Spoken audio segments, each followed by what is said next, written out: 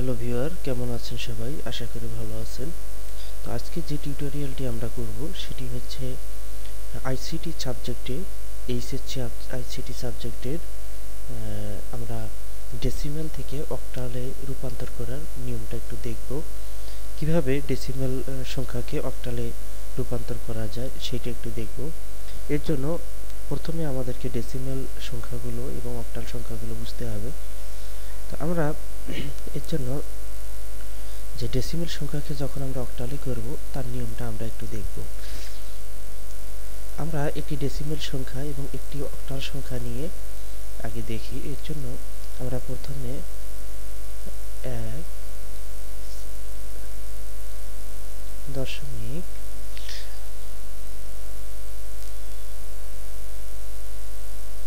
আচ্ছা, এখন এটি হচ্ছে আমাদের ডেসিমেল সংখ্যা, অর্থাৎ আমরা যেটাকে দশমিক সংখ্যা বলে থাকি, এটি হচ্ছে দশমিক সংখ্যা। আচ্ছা, এই দশমিক সংখ্যাটাকে আমরা অক্টাল করব। কিভাবে করব সেটার সিস্টেমটা এখন বোঝাচ্ছি। আমরা 165 অর্থাৎ 165 হচ্ছে একটি পূর্ণ সংখ্যা। 165 হচ্ছে দশমিকের পূর্ণ সংখ্যা।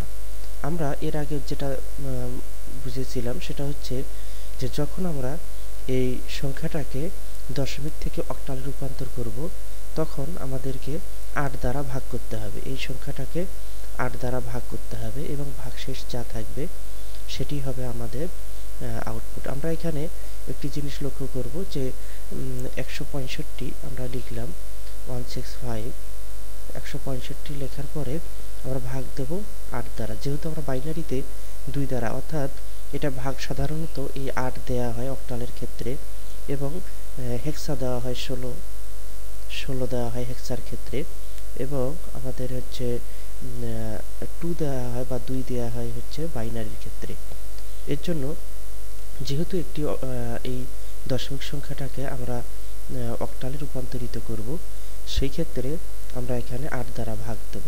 তাহলে দেখি 8 দ্বারা ভাগ দিলে আমাদের কি পাওয়া যায়। 8 গুণন, এখানে দেখতে পাচ্ছি যে 8 গুণন 20 দিলে 8 দুগুণে 16 অর্থাৎ 160 হচ্ছে। আমরা 160-এর জন্য এখানে যে মানটা হবে, অর্থাৎ 20 দিয়ে 8কে গুণ করলে 160 হয়, 165, এবং এখানে অতিরিক্ত থাকে 5। আমরা 5 সংখ্যাটি পাশাপাশি লিখলাম। এরপরে একে আমরা আবার 8 দিয়ে ভাগ দেব। আচ্ছা, 8 দিয়ে ভাগ দেওয়ার কারণে এখানে হচ্ছে 3 8 24, সেটা হচ্ছে না, 8 দুগুণে 16 হচ্ছে, অর্থাৎ 2 দিয়ে আমাদের এটাকে ভাগ যাচ্ছে। আমরা 2 নামালাম এবং অবশিষ্ট ভাগশেষ যেটা থাকবে সেটা হচ্ছে 16, অর্থাৎ এখানে থাকতেছে 4।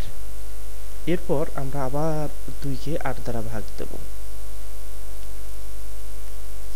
8 দ্বারা ভাগ দেব। এখন যেহেতু 8-এর থেকে আমাদের 2 এর সংখ্যাটা ছোট, সেই ক্ষেত্রে এখানে যাচ্ছে না, এর কারণে আমরা এখানে 0 বসাবো।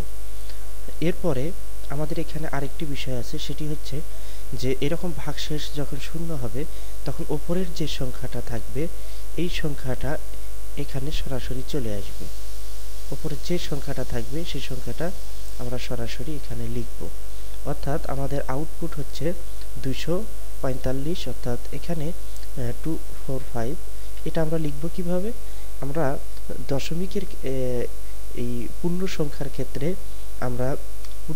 ক্ষেত্রে নিচ থেকে উপরের দিকে যাব, নিচ থেকে উপরের দিকে, অর্থাৎ এটা হচ্ছে LSB, লাস্ট সিগনিফিকেন্ট বিট, আর নিচটা হচ্ছে MSB, এটা হচ্ছে মোস্ট সিগনিফিকেন্ট বিট। তাহলে আমরা এখানে কি পেলাম? আমরা এখানে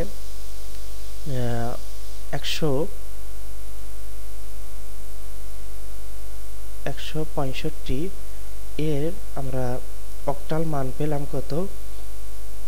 245। এটা হচ্ছে আমরা এইটুকুর মান পেলাম। এরপরে আমরা এখানে ভগ্নাংশের দশমিক চিহ্নটা আমরা পয়েন্ট চিহ্ন দিলাম।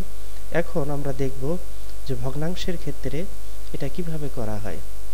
ভগ্নাংশের ক্ষেত্রে আমরা এটা ঠিক বাইনারিতে আমরা যা করেছিলাম, বাইনারিতে কি করেছিলাম, এই মানটাকে আমরা 2 দ্বারা গুণ করেছিলাম বাইনারির ক্ষেত্রে, কিন্তু এখানেও এই মানটাকে 8 দ্বারা গুণ হবে।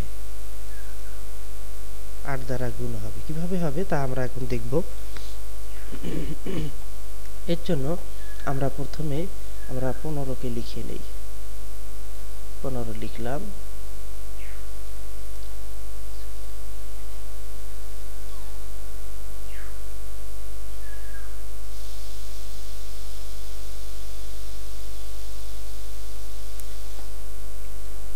আচ্ছা, আমরা এই পাশে করি।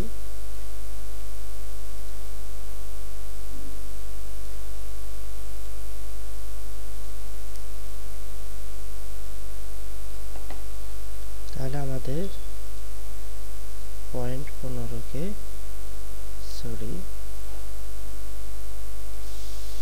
আমরা 8 দ্বারা গুণ করব। গুণ 8, গুণ চিহ্ন দিলাম, এটাকে বেশি করে টেনে নিলাম।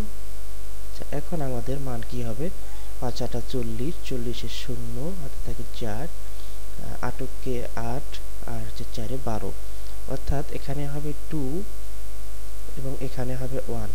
যেহেতু আমাদের এখানে ভগ্নাংশের ক্ষেত্রে আমরা দেখছি যে 2টা শূন্য, আমরা সবসময় জানি যে সাধারণ গুণনের ক্ষেত্রে আমাদের এরকম আমরা গুণ করব। গুণ করার পরে এরকম 2টি সংখ্যার পরে, 3টি সংখ্যার পরে, 4টি সংখ্যার পরে যদি এই দশমিক ভগ্নাংশের চিহ্নটা থাকে, অর্থাৎ পয়েন্ট থাকে, সেই ক্ষেত্রে আমরা 2 সংখ্যার পরেই, উত্তরের ক্ষেত্রে 2 সংখ্যার পরেই আমরা এই ভগ্নাংশের চিহ্নটা অর্থাৎ পয়েন্টটা বসাবো। এরপরে আবার আমরা একে 8 দ্বারা গুণ করব। আবার আমরা একে 8 দ্বারা গুণ করব।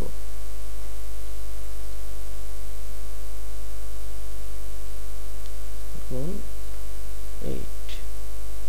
এরপরে দেখি 0 অর্থাৎ 0 এবং 8 দুগুণে 16, 16 6, আমরা অবশিষ্ট একটা এ পাশে নামাবো এবং আমাদের 2 ঘর পরে যে চিহ্নটা আছে আমরা আবার দেব। আবার আমরা এটাকে 8 দ্বারা গুণ করব এবং 5 8 40, 40 0 হাতে থাকে 4, 6 48 আর 4 52, অর্থাৎ 52 এখানে। আচ্ছা, 5 8 40 0 হাতে থাকে 4, 6 8 48। আচ্ছা, এখান থেকে আমাদের এরপর আসছে 60, অর্থাৎ 8 দুগুণে 16। এটা আমরা এখানে 8 দুগুণে 16 অর্থাৎ 0, যেহেতু 0 তাহলে এটাও 0 হবে এবং 6 48, 48 এর 8 হাতে থাকে 4, 4 আমরা এই পাশে নামাবো এবং 2 ঘর পরে আমরা পয়েন্ট চিহ্ন দেব। আবার আমরা একে 8 দ্বারা গুণ করব। 0 8 8 64, 64 4 হাতে থাকে 6, আমরা এই 6টাকে এই পাশে নামাবো অর্থাৎ 640। এখানে 2 ঘর পরে আবার আমরা এই চিহ্নটা দেব। এরপরে আমাদের আবার একে 8 দ্বারা গুণ দেব। 0 5 8 40, 4 8 32, 32 এর 2 এবং অবশিষ্ট থাকে 3, আমরা এখানে নামালাম। শিক্ষার্থী বন্ধু, আমরা দেখতে পাচ্ছি যে আমরা পুরো একটি এই ভগ্নাংশের ক্ষেত্রে সংখ্যাগুলোকে 8 দ্বারা গুণ করলাম এবং গুণফলের জন্য 2টি সংখ্যা, অর্থাৎ এখানে 2 ঘরের পূর্বে যে চিহ্নটি আছে ভগ্নাংশের চিহ্নটি, অর্থাৎ প্রত্যেকটা ঘরে আমরা 2 ঘর করি এইভাবে নেব এবং অতিরিক্ত ডিজিটটি থাকবে সেই ডিজিটটি আমরা এপাশে বাম পাশে লিখব। এটার অতিরিক্ত ডিজিট ছিল 1, অর্থাৎ এখানে 120 হয়েছিল, এখানে 160 হয়েছিল, অতিরিক্ত ডিজিট 1, এখানে 480 ছিল, অতিরিক্ত ডিজিট 4, এবং এখানে 640 ছিল, অতিরিক্ত ডিজিট 6, এবং এখানে 320 ছিল, অতিরিক্ত ডিজিট 3। এই সংখ্যাগুলোকে আমরা উপর থেকে নিচ দিকে সুন্দরভাবে নামাবো। কিভাবে নামাবো? এখন আমরা এখানে লিখব 1 1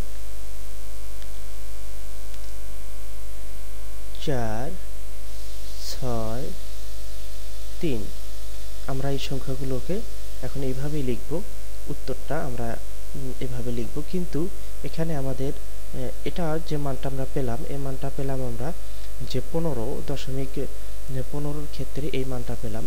কিন্তু আমাদের এখানে যে বিষয়টি দেখা যাচ্ছে যে আমাদের পুরো এখানে 165.15 এই বিষয়টা এখন লিখতে হবে। 165.15 ইকুয়াল, অর্থাৎ এইটি ছিল আমাদের দশমিক সংখ্যা, এটি ছিল আমাদের দশমিক সংখ্যা, আর এইটি হচ্ছে আমাদের অক্টাল সংখ্যা। এই জন্য এখানে আমরা 8 লিখব। এবং এই 165-র জন্য 165 পূর্ণ সংখ্যার জন্য আমরা পেলাম 245 অক্টাল সংখ্যা, এবং এই 15-এর জন্য আমরা পেলাম এই মানটা। শিক্ষার্থী বন্ধু, আপনারা বুঝতেই পারছেন যে যে কোনো অক্টাল সংখ্যা, দশমিক সংখ্যাকে অক্টালে রূপান্তরিত করার নিয়ম এভাবেই আমরা সুন্দরভাবে করব। আমরা প্রথমে 165-কে অর্থাৎ পূর্ণ সংখ্যাকে, যদি পূর্ণ সংখ্যায় থাকে তাহলে ভগ্নাংশের নিয়মে যাওয়ার প্রয়োজন নেই, শুধু পূর্ণ সংখ্যা করব।